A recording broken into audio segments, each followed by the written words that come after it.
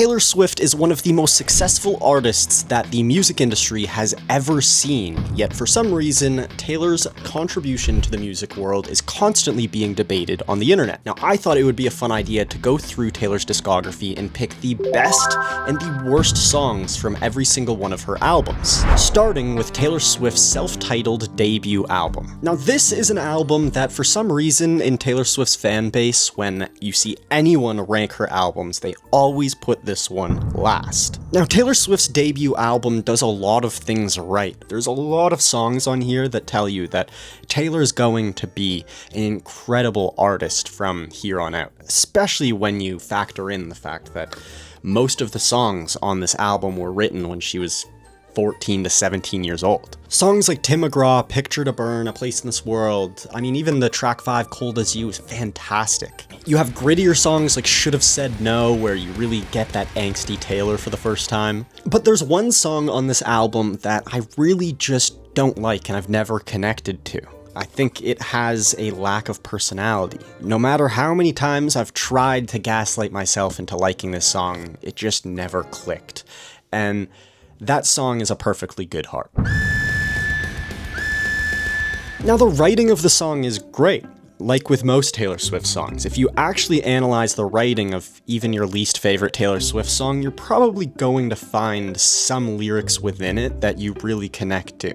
But the delivery of it just felt a bit filler. I can fully understand how songs like A Place in This World or Stay Beautiful made their way on to this debut album from Taylor. But I really can't wrap my head around the decision-making on how A Perfectly Good Heart made its way onto this album. But that's not to say that this album is bad, because this album is fantastic. I really enjoy her young vocals, I enjoy the songwriting, the storytelling, and I think that no song perfectly captures that feeling that Taylor Swift is going to be a superstar quite like Our Song. I think Our Song is the best song on this debut album. I think most Taylor Swift fans will tell you the same thing. Some people will say Should Have Said No because we get that angsty Taylor for the first time, but honestly, Our Song is just infectious. You know, something about young Taylor singing this really kind of cringy pop song sits with you, and it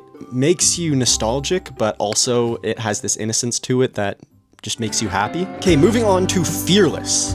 When picking the best and the worst song from this album, it was very hard actually, but then I saw one song and I went, yes, that is my worst song on this album. And it's Bye Bye Baby. I've never liked Bye Bye Baby. When I heard the vault tracks when we got Fearless Taylor's version for the first time, I was a little let down. We'd gotten some pretty good vault tracks up until then. We got Mr. Perfectly Fine as a single, which was fantastic. You All Over Me, amazing. We Were Happy, I actually don't even mind. It's not my favorite, but it's definitely better than Bye Bye Baby. And then we have That's When with Keith Urban. Amazing, amazing song. And Don't You, which, incredible vault track. I think if Taylor redid Bye Bye Baby kind of like she did with Girl at Home from original Red to Red TV, we could see maybe an improvement to the song because the writing's there and it has potential, but the production and everything that makes Bye Bye Baby what it is just a pass for me. Now, when it comes to Taylor Swift's best song on Fearless, that was such a hard decision for me to come to one song. You have so many good songs on this. I love the title track Fearless so much. It's my favorite title track Taylor Swift has ever put out. Not to mention the songwriting on 15, it's so nostalgic, it's so great, it puts you in such a beautiful place in your mind when you listen to it, and the hums on Hey Steven, fantastic. Now, I also could have picked The Other Side of the Door because of that outro. I mean, one of the most singable outros of a song I've ever experienced in my life. We also have The Way I Loved You, You're Not Sorry, Tell Me Why, You Belong With Me, White Horse, Change, Jump Then Fall. I would include Untouchable as well if it wasn't a cover. But there's one song that legitimately is so good, at one point it made me break a bed because I was dancing on my bed to it. Get Your Mind Out of the Gutter. And that's Forever and Always.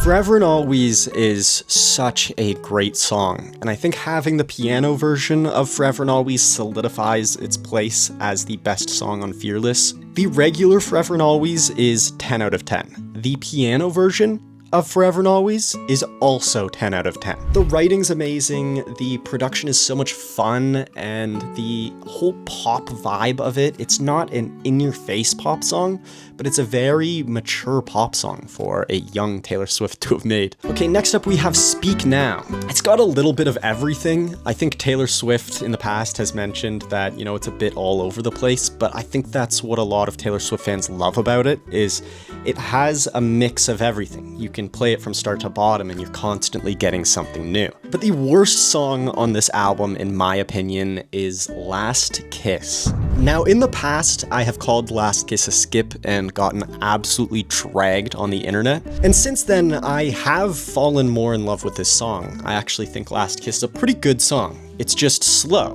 right? Like, in the context of Speak Now, you have one song that's significantly slower than the rest. You could argue Never Grow Up is also quite a slow song, but I think the storytelling and the beauty of Never Grow Up has a bit more listenability to it than Last Kiss. Anyone who's just like playing Last Kiss on repeat, I feel for them. Is it a bad song? No. But is it the worst from Speak Now? I think, yeah. Now, picking a best song from Speak Now was hard, because how do you not pick Enchanted? How do you not pick the storytelling on Speak Now? I mean, the bridge of Speak Now is incredible.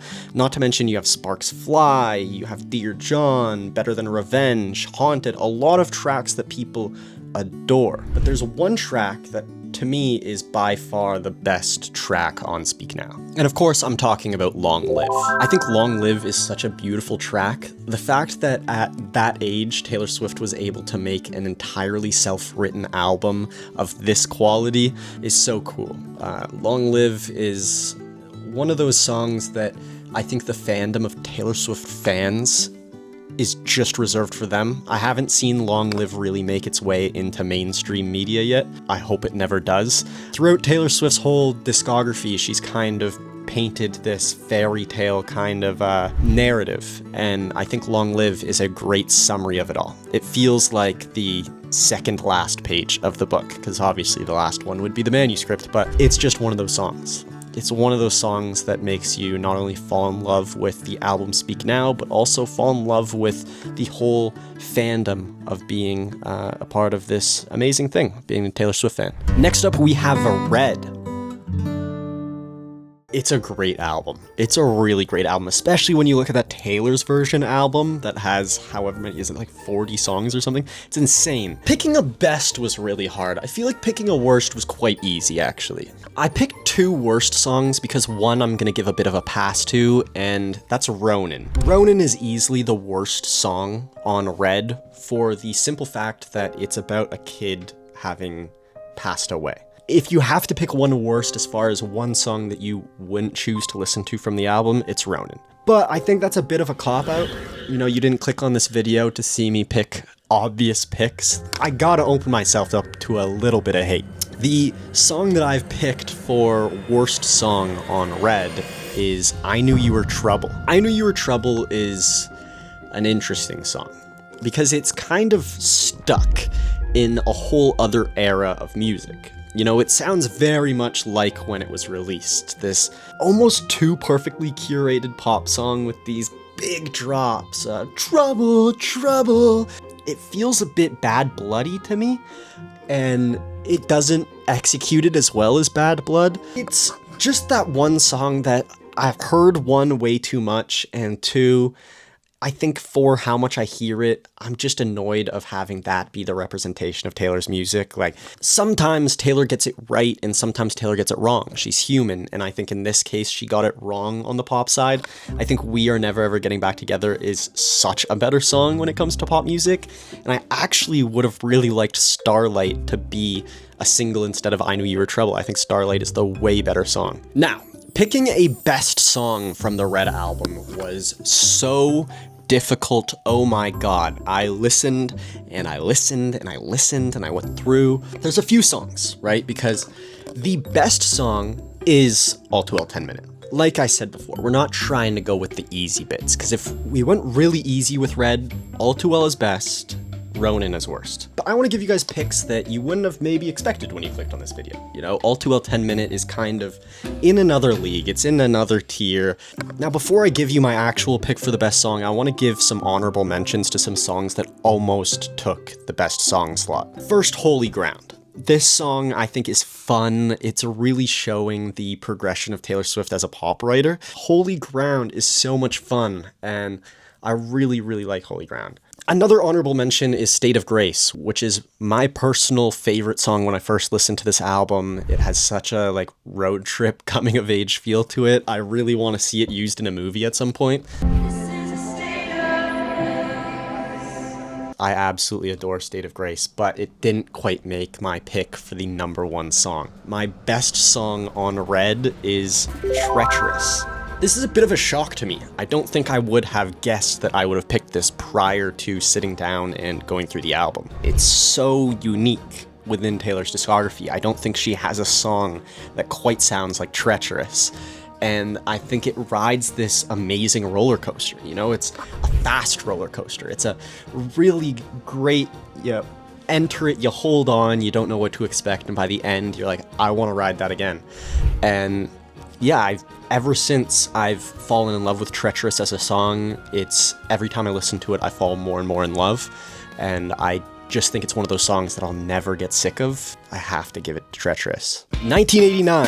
Now, 1989 is a very difficult one because it won Album of the Year. Typically, when an album wins Album of the Year, it means it's fucking good, and this album is really fucking good. This was when Taylor Swift pivoted fully into pop music, and my god am I happy that she chose to do that, because this album gave us some pop bangers. But it also gave us a song that I dislike. It gave me 2 songs that I really dislike, one of which being Shake It Off, which is not the worst song on this album. However, it could be in conversation for it because I am constantly defending Taylor Swift from that song. But there is one song I have never liked. When it came out, I didn't like it.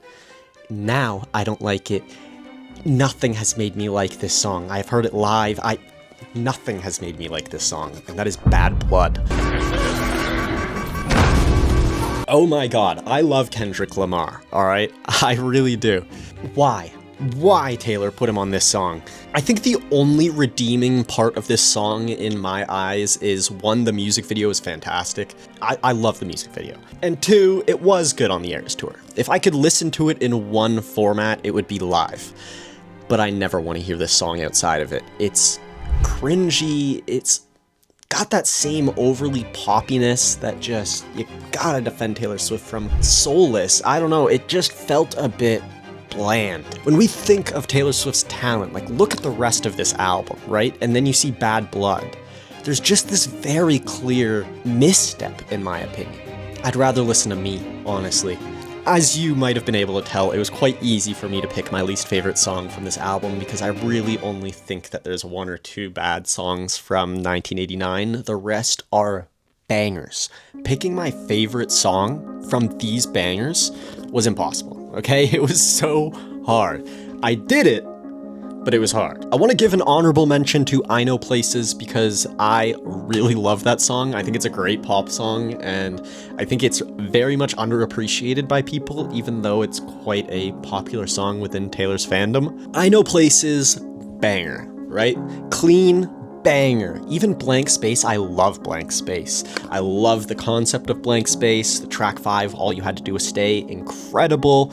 I really love This Love, You Are in Love, How You Get the Girl. I mean, all of it. Even the deluxe tracks are phenomenal. There's one song on 1989 that I would be willing to bet is unanimously loved across the Taylor Swift fan base, and that is New Romantics. The production of New Romantics is so much fun. It just has this call to it that is phenomenal. I adore this song. It's the type of song that gets you out of a bad mood. It's perfect for cleaning the house. It fits every occasion. New Romantics is incredible. I really, really, really love this song, and I think most people watching this video also probably love New Romantics. It shouldn't be a surprise to anyone that this is the best song on Taylor Swift's 1989 album.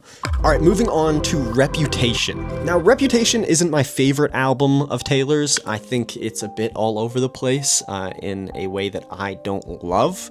However, when this album gets it right, it gets it really right.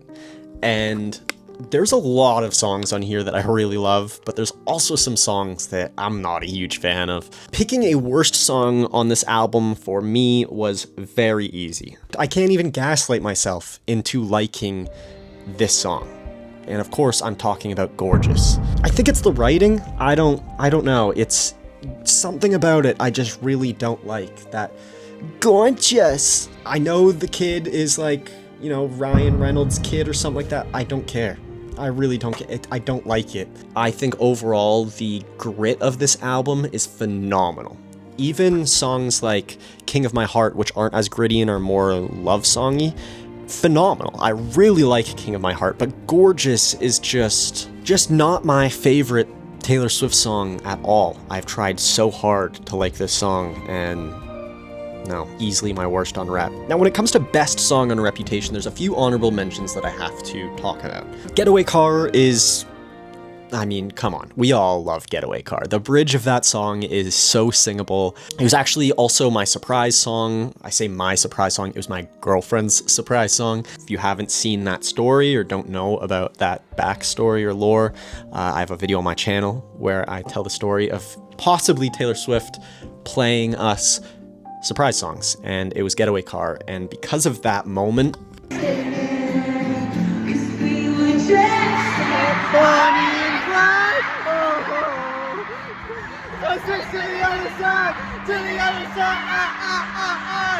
Getaway Car is forever cemented in a next level tier for me.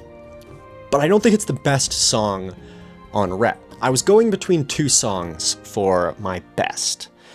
The first was New Year's Day. I love New Year's Day. I loved it on first listen. It's beautiful. It does everything that I love Taylor Swift to do. I think some of her best music is when it's her and a piano, and she really gets to flex that songwriter vibe that she has. I love how Gatsby it is. Jay!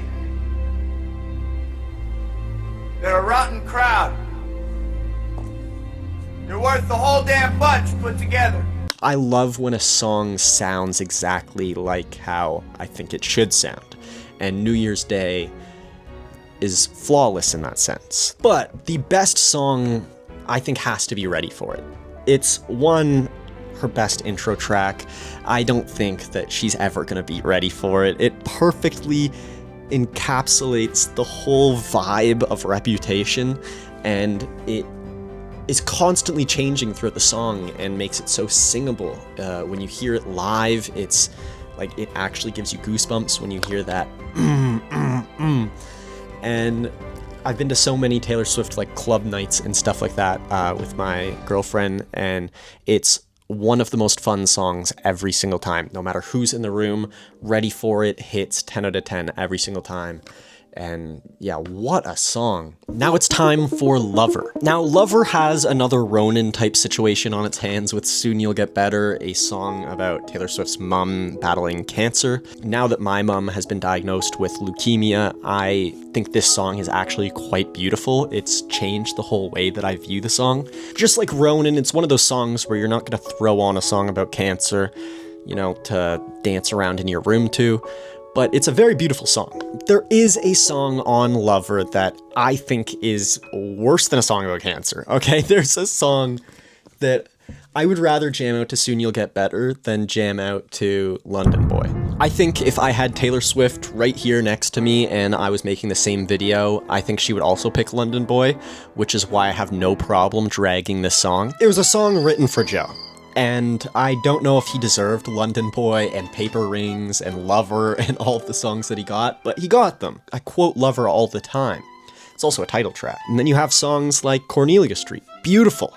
Absolutely gorgeous track. Don't know how it wasn't a track 5, but fucking phenomenal track. You got I Think He Knows, Paper Ring, like so many amazing tracks dedicated towards Joe on this album. and London Boy just is not one of them.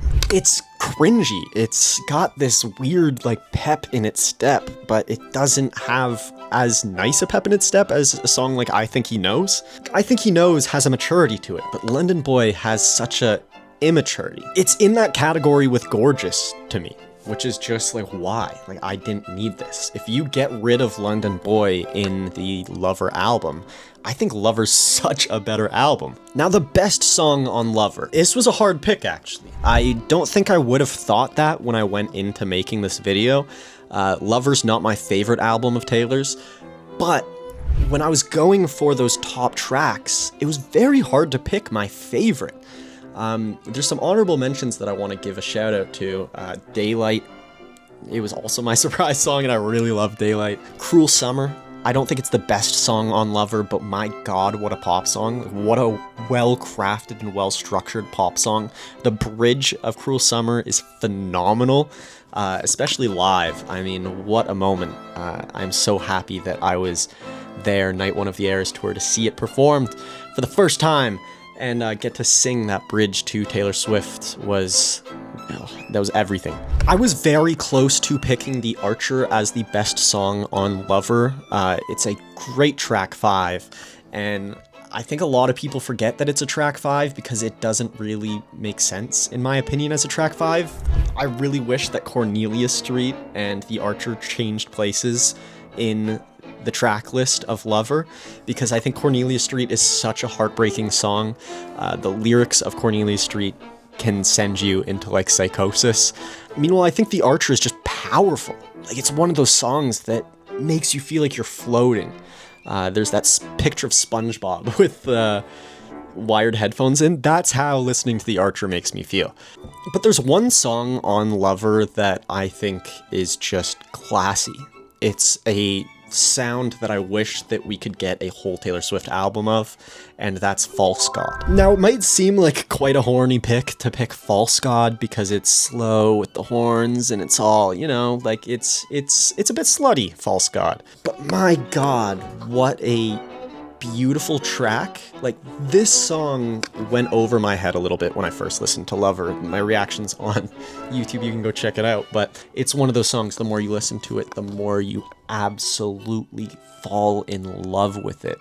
It has this maturity that, and sexiness, honestly, that I think at this time when songs like London Boy are being made just feel like a shock from Taylor. I can't believe the same artist made London Boy and False God on the same album. Like, it still kind of baffles me. Moving on to Folklore. I might get a little hate for this, okay? Because Folklore, I think, is the greatest Taylor Swift album ever made. I don't know how she'll ever top this. I think this is her Rumors. Trying to pick a worst song on this album, my mind immediately went to either Peace, Hoax, or Epiphany. I listened to all 3 of them. I can't pick one of them. None of them are the worst song on the album. Neither is any of the other songs. Like, there's no worst song on this album. I think this is the only album that I'm gonna give a pass to. I just can't pick one. I even went to the deluxe and I was like, oh yeah, the lakes. What am I gonna do, pick the lakes? This album is incredible. It's gonna be hard enough to pick a best song in this album, but a worst song doesn't exist. Folklore, worst song, those are 2 things that don't belong. It's like oil and water. Now, these are honorable mentions, right? Like, I think The Lakes is amazing, but I don't think it's the best song on Folklore. But when it comes to the next 2 tracks, I legitimately didn't know which one is the best on Folklore.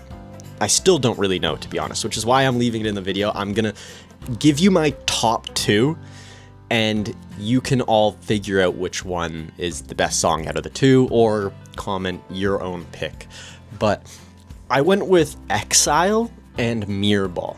Now, Exile, what can I say about Exile? You know, this is one of the best collaborations Taylor Swift has ever done, if not the best.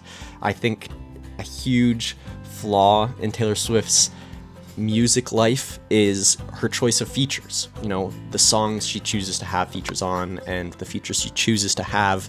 I don't think she's that great at picking features. Whenever there's a Taylor feature, I feel like I'm always quite let down, but this song, it makes up for Lover featuring Shawn Mendes and Karma featuring Ice Spice. You know, Exile is just incredible. The contrast of their voices, you know, he's got that rasp, she has that beautiful, smooth voice, and they just come together on a track that is beautiful every day of the year. And then you have Mirror Ball. This is a song that Taylor Swift herself just said is one of her favorite songs in her whole discography. I actually have the lyrics to Mirror Ball tattooed on me. It says, "Try, try, try." I love Mirror Ball. The concept of Mirror Ball as a song is fantastic. The beauty of it, the shimmer to it. It has such a sad tone to it, but such a hopeful message. You know, it's so honest, and I think a lot of us are mirror balls. And Taylor Swift does a really good job at making music that just makes you get a little introspective and start thinking of yourself in certain ways. And I think Mirror Ball is just, what a track. Like, what a track to have just floating in folklore. It's a song when I first heard it, I absolutely loved it, and over time I've just continued to love and love it more.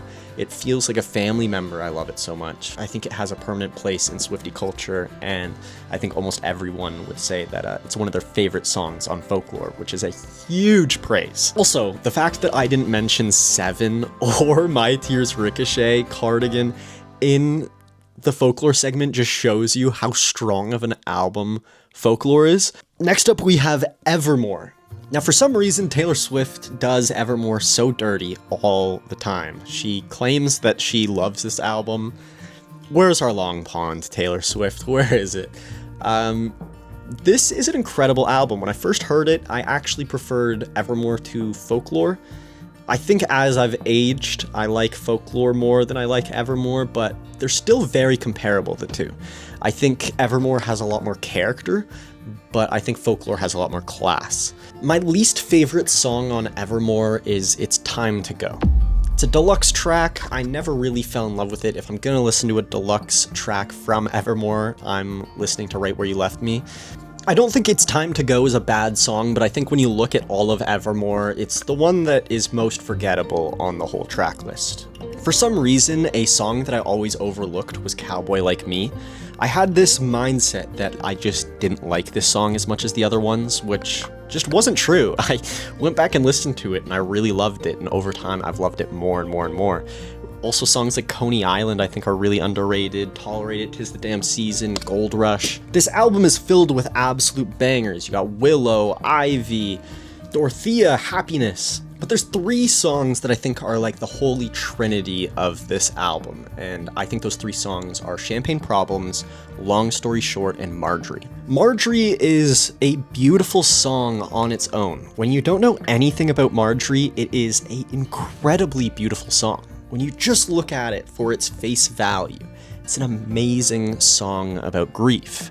It has the capabilities of making you heal. You know, I was going through grief when I first listened to Marjorie, and my God, it made the whole grieving process so much easier. But when you really start to unpack Marjorie as a song, and you start to get to the specifics of what makes this song so beautiful, you really learn how amazing of a track this was. Having Taylor Swift's grandmother sampled in the song is just mental. Like, to have the ability to be able to do that is so cool, and I think the fact that it's a song about grief, and, you know, when you grieve your grandparents, it's a very hard family member to grieve. You know, they're kind of labeled the people that pass away in your life because they're the older people when you're a kid, but it hurts so much because they're the fun ones. You know, they're normally the ones who bring a lot of love and a lot of joy in your life. And over the last few years, I've sadly watched my girlfriend's grandparents pass, and I think having this song accompany both of us through that journey of grief is comforting. I know my mom absolutely adores this song, and it really helped her in her grief journey as well. And I just think Marjorie is one of those tracks that if you don't get it, I think that's a very good thing, but once you go through grief and you have Marjorie on standby, you really start to appreciate the song for what it is, because that song can honestly save lives. It's so good. And then you have Long Story Short, an incredibly infectious song. It almost has that Last Great American Dynasty vibe to it. It has this pep in its step. It's very singable. The bridge is phenomenal. Champagne Problems, right? One of the most iconic songs from all of Taylor's discography, one of the most iconic bridges from her discography. There's a reason why at some Eras Tour shows there were like 8-minute long standing ovations after the song was performed, because this song is so good. A little fun fact about this song in my own lore is I was at the very first opening night of the Eras Tour, and I filmed myself singing this bridge, screaming this bridge, more like it, and uploaded it on TikTok. And when I was leaving the stadium after that first Eras Tour show, I got a notification on my phone that Taylor Swift had liked my TikTok of me singing the song. And I just thought that was so cool, because she had just gotten off stage, immediately went to her phone, and was liking videos of people enjoying the show. And I'm just so happy that Taylor Swift saw that I really appreciated seeing the song performed live for the first time. And what a fucking beautiful song it is.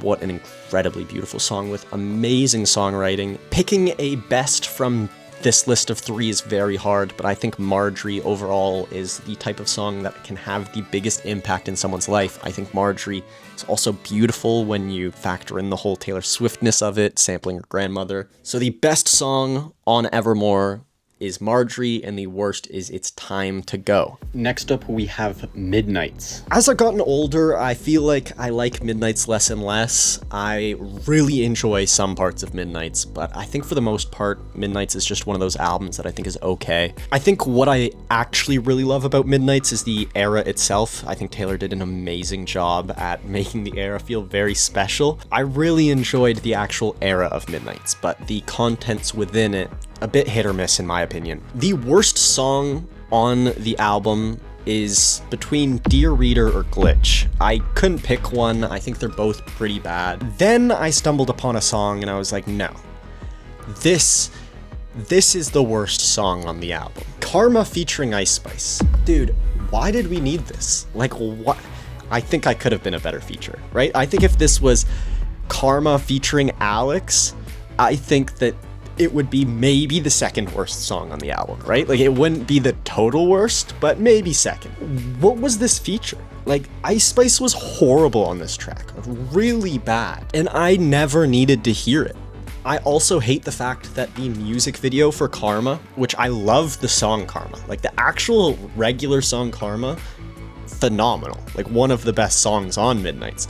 But then Karma featuring Ice Spice, it's just because of Ice Spice. Nothing to do with Taylor. I'm sorry, Ice Spice fans out there, but it's just, what are we doing, man? And then, like I said, you have songs like Dear Reader and Glitch, which are just, like, eh.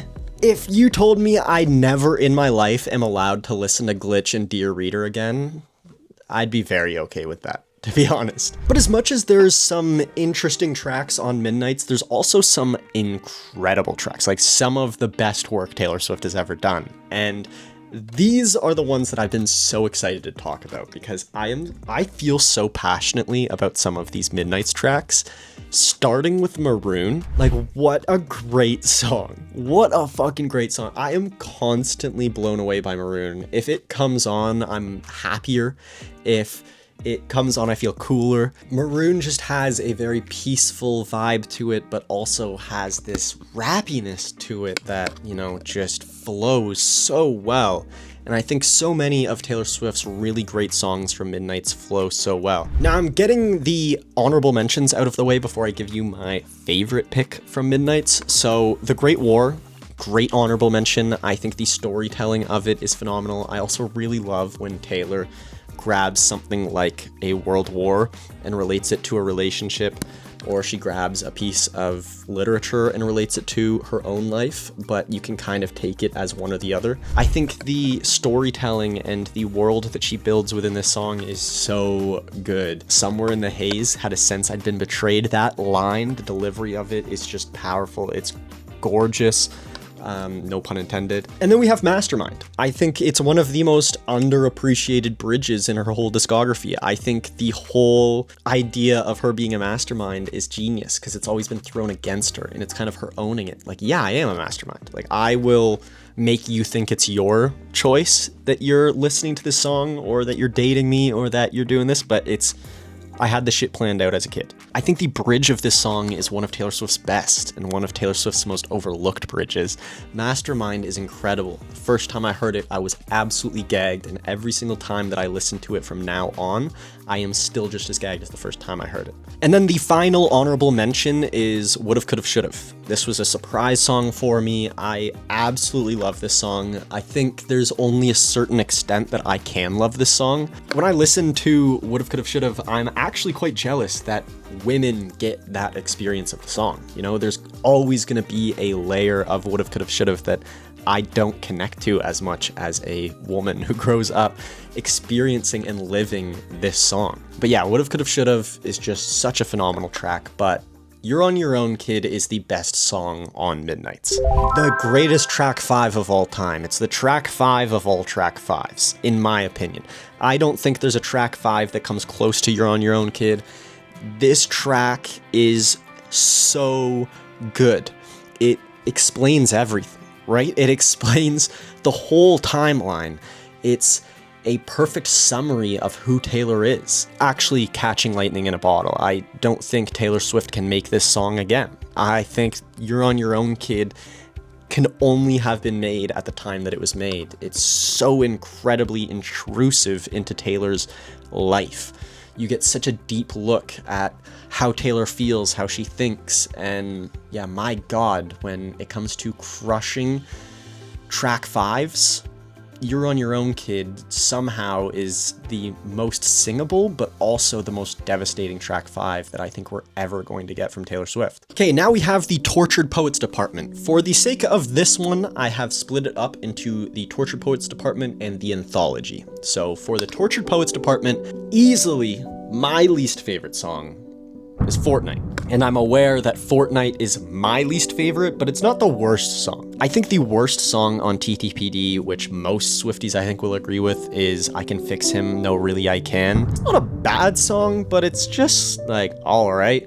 I think she was in her feels a little bit with TTPD, and yeah, this song was just one of those ones that found its way on there because I guess she needed to release the song, which is fine. It's not one of the most talked about tracks from this album, and when you look at the rest, like Guilty as Sin, Down Bad, My Boy Only Breaks the Favorite Toys, the title track, LOML, like, it just kind of flies under the radar. And then for the best track on TTPD, you have songs like Florida with Florence and the Machine. Such a good song, like so good. I think this is one of those situations where Taylor Swift's feature choice worked out perfectly, and I am so happy that this song exists. I don't think it's the best song on the album, but I think it's really good. And then I also have to give a very special shout out to So Long London, a track 5 that doesn't get its flowers. I think this song is so good.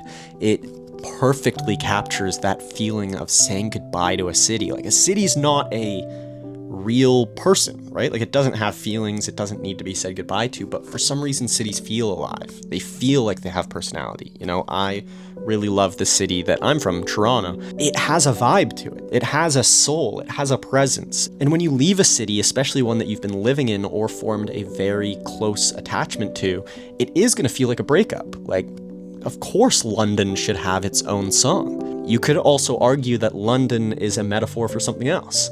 But I personally think that this was a very beautiful breakup track between Taylor Swift and London, a city that Taylor Swift tried everything in her powers to become personally ingrained in, right? Like, she wanted to be a London girl so bad, but the city almost told her that it wasn't in her plans, you know, it wasn't in the manuscript. Yeah, I think it just made for such a great track 5, so often overlooked, but the best song on TTPD is The Smallest Man Who Ever Lived. I mean, this song went bonkers on the internet. I currently have a video doing very well of me doing ad-libs of The Smallest Man Who Ever Lived. This track is phenomenal. This is one of the standout tracks of Taylor Swift's discography. It's got angst. It's got so much power in it. I really love The Smallest Man Who Ever Lived. It does such a good job at describing someone who enters your life for the sole purpose of breaking your heart. Why did you do it? You know, why did you do it with no closure? Why'd you just leave? Why'd you just break it and leave?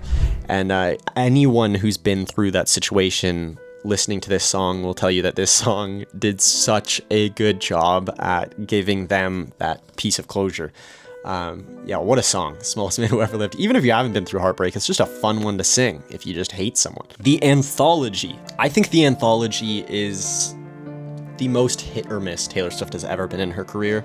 Maybe Midnight's is on the same level. On this side of the album, I feel like songs are either unbelievable 10 out of 10 or they're like 3 out of 10. It's like, I could have gone without that. The Albatross is the most forgettable song from the Anthology, but I think my least favorite and the worst song is Thank You, Amy. Why did we need this? Like, why did we need another Kim Kardashian diss track that was so, like, cringily pointed out to us in the title? I don't know anyone who loves this song, right? I don't think it was the serve that Taylor thought it would be. Not my favorite, and I think it's by far the worst song on the Anthology. Now, shocker, on the Anthology, there's so many good tracks. I have some honorable mentions. The Bolter, what a track. What a track. It was my surprise song with Getaway Car. What a mashup to get.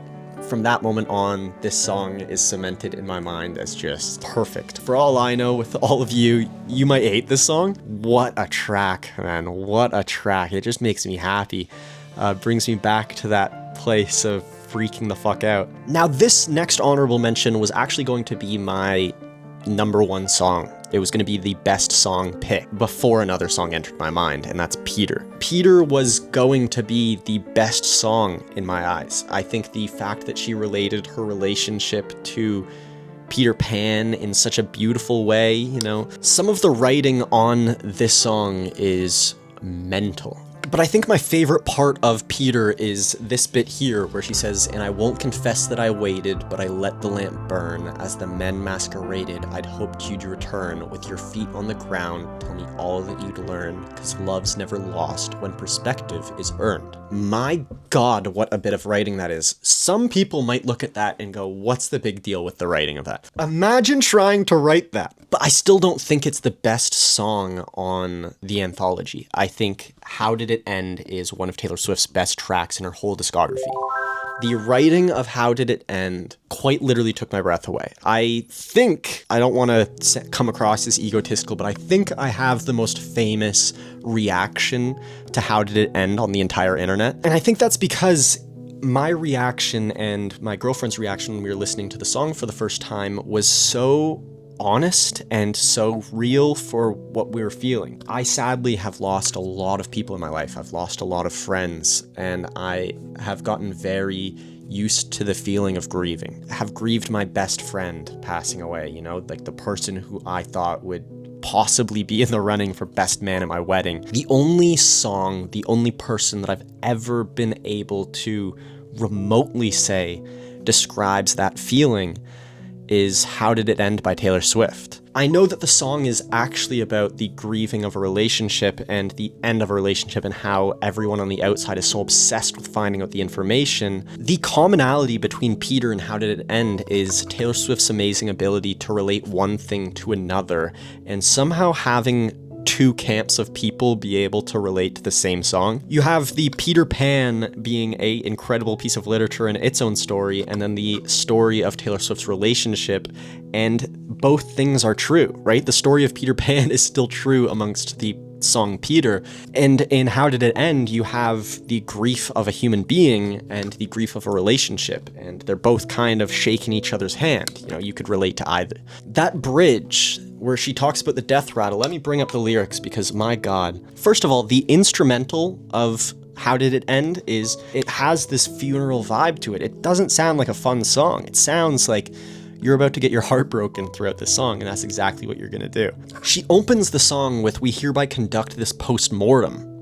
Like, immediately, you're getting a vibe of the song, which is death, right? "We hereby conduct this post-mortem." She's immediately telling you, death. Now, death of what? It could be death of a relationship, a death of a hobby, a death of a friend, a death of a family member. But death is the reoccurring theme. But the part of the song that I think actually makes it the best song from the anthology, and honestly, in my opinion, all of TTPD, is the bridge, when she says, "Say it once again with feeling, how the death rattle breathing, silenced as the soul was leaving, the deflation of our dreaming, leaving me bereft and reeling, my beloved ghost and me, sitting in a tree, DYING." A lot of people will look at her spelling out the DYING as a little elementary, but I think that's the point of it. It has this hauntingness to it. It has this darkness that surrounds the lyric, and as you get on with this song, it just gets more and more morbid, but also beautiful. It perfectly encapsulates grief. I know I put Marjorie as the best song also for Evermore, and I promise I'm okay, but it's because Taylor Swift, when it comes to grief, has this amazing ability to paint such a vivid picture. I think when you have songs about breakups and songs about falling in love, when you go on and try and find music about it, there's a large variety of songs about these topics that are done very well.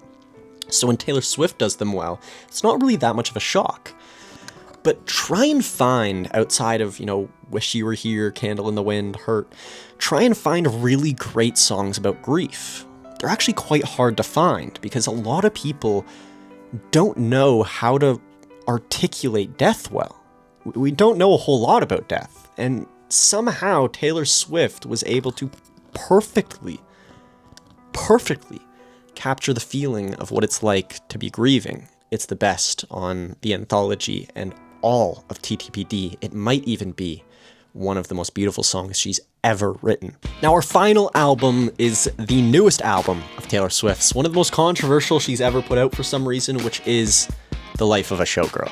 Now, this album is going to have some recency bias to it, because there's some songs that haven't had enough time to really shine. There's some songs that might be amazing on here that I fall in love with in a year that might require me to do an updated video. But for right now, I have some pretty easy picks for the best and worst song from this album.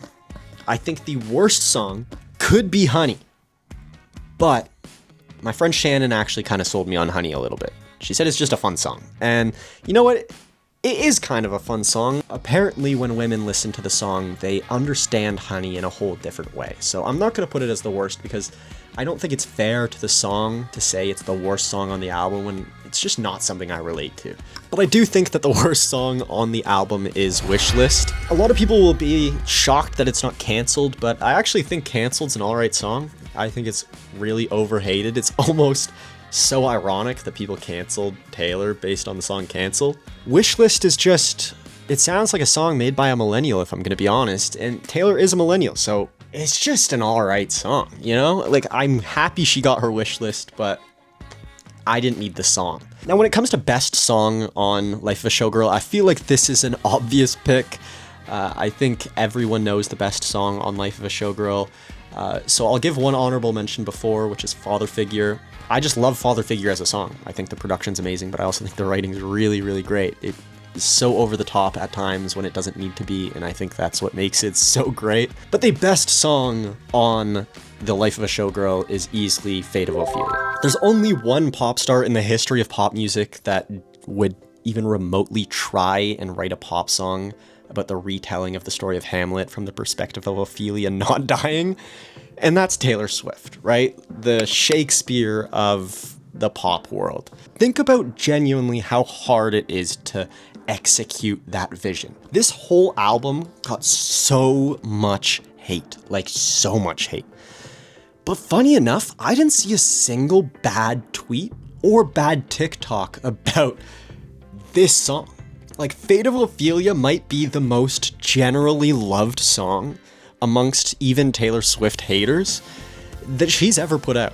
Not to mention the music video is 10 out of 10. Like, it's her best music video by a mile. It also seems like she had the most fun on this music video, which is why I think it came out so great. She just kind of let her creativity fly, and getting that footage in theaters of how the music video came to be, I think was so cool and so phenomenal. But yeah, Fate of Ophelia is everything that I wanted it to be. I love Fate of Ophelia, and no one seems to be hating on it.